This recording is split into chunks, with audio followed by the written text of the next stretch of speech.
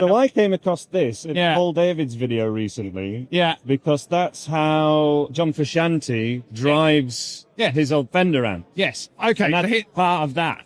here's the magic. So we spoke to John's tech when they played London last year. And he said no matter what he does to his rig, the end of his rig is always this, and it's running in stereo, and it drives his Marshalls. Yeah. And whether it's on or off, the preamp is always on. So the preamp is the secret source to the Frusciante sound. Yeah. And now recently we've done the preamp section. We've done it in a compact pedal. Gotcha. Okay. So in RE mode on here, this is an analog made in Japan preamp that's exactly the same as the CE1 preamp.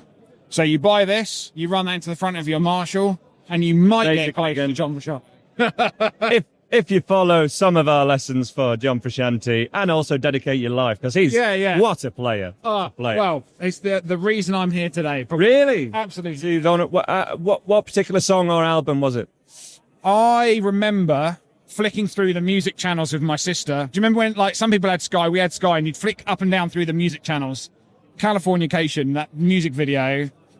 So I was about 12, I guess, at that point. Yeah. And then By the Way came out. I actually think By the Way is probably my favourite Chili Peppers album. That was when they came back with a bang, because it was like Frusciante like rejoining the band, and it was like... It was, that is the Frusciante album. Yeah.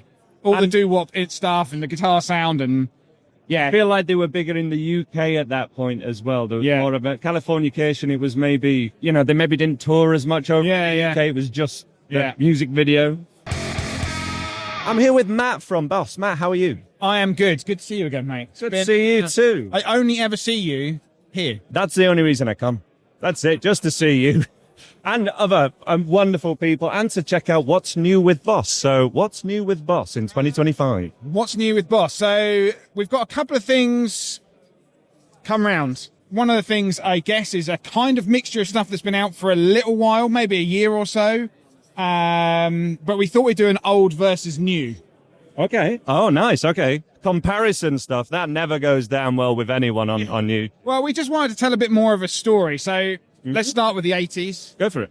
SDE 3000, absolutely iconic rack unit from the 80s. I guess kind of the iconic digital rack delay. Yeah. Van Halen, Steve Vai, Gilmour, Lukather, all have them in their rig. But do you really want a massive rack system? Maybe you do, maybe you don't.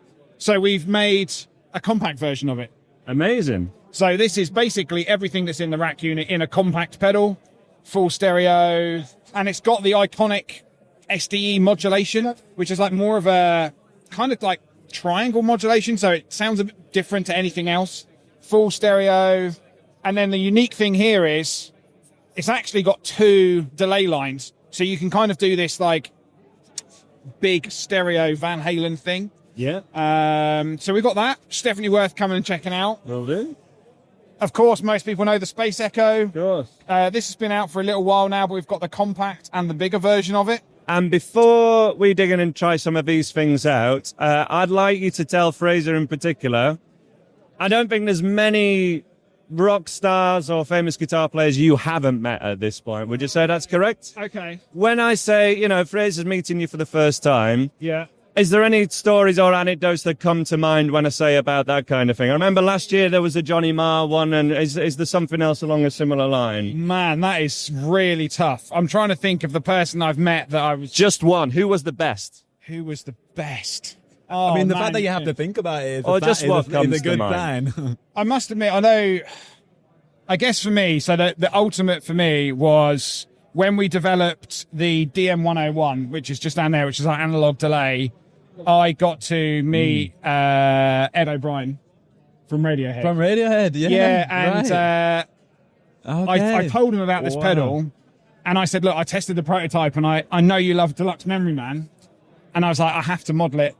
I had you in mind when I made this pedal, and I've got an Ed O Brien signature, and when I met him, I was like, just Radiohead, man. Yeah, he's actually quite new to me, so I'm not a huge Radiohead fan, but one of my best mates who I write music with, he is a massive Radiohead fan, and he only just told me about Ed O Brien. Yeah. Oh. But he's like a bit secret of a sauce. genius, isn't he? He's Like, the secret sauce of Radiohead. Yeah, because they have like three. That makes him the three guitarists, then, doesn't Yeah, it? yeah. If you count it. So When you say he's the That's secret amazing. sauce of Radiohead, Johnny Greenwood gets a lot more of the attention because he goes a bit crazy on stage, Yeah. bit more wild with the effects. What is it about Ed O'Brien that is the secret sauce of Radiohead? I think it's just, if you listen to the texture of the tracks, Yeah. so much of it is his ambience, Yeah. let's say, in the background, because you've got the rock star in Johnny, you've got the songwriting in Tom. yeah, and But he just finds the gaps, doesn't finds he? the gap, and I think that's the hardest thing to do. yeah. I think that's the hardest thing to do, and I think he does it so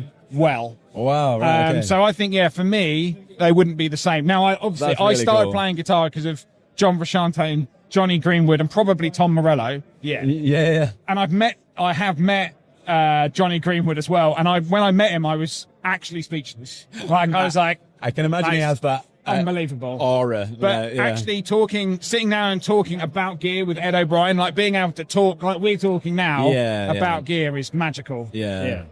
That's a, Also, you're one of my favourite artists. So, I've got.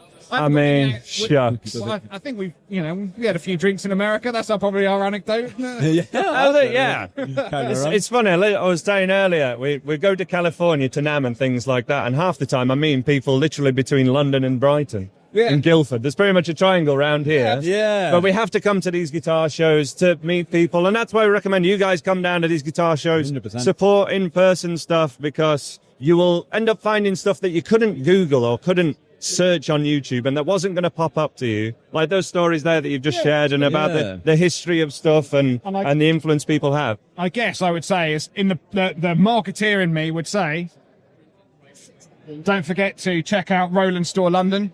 So we do have our own flagship Roland store now on London's iconic Denmark Street. Fantastic. Right. So it's a two double shop, 2 floors. Everything we make is in one place. So if you want to come in, you're near to London, you can literally come and try everything. From synths, drum machines, pedals. Yeah. Yeah, we've got everything. I'm a synth guy as well. I had a synth growing up, and I love all this stuff. But Roland amps, the big 80s chorus ones, making a bit of a comeback now. I'm seeing them on a lot of stages. You know what? The JC40 is probably, which is our 40-watt version of the JC120, is going through an absolute renaissance at the moment. So many people are rediscovering the JC. Yeah. And I think because it's a clean sound that you can't get in any other way. Was there a period of time where those amps actually went out of like they've always been there, but they've just JC120 is now the longest. I mean, I think is the longest single running production of an amplifier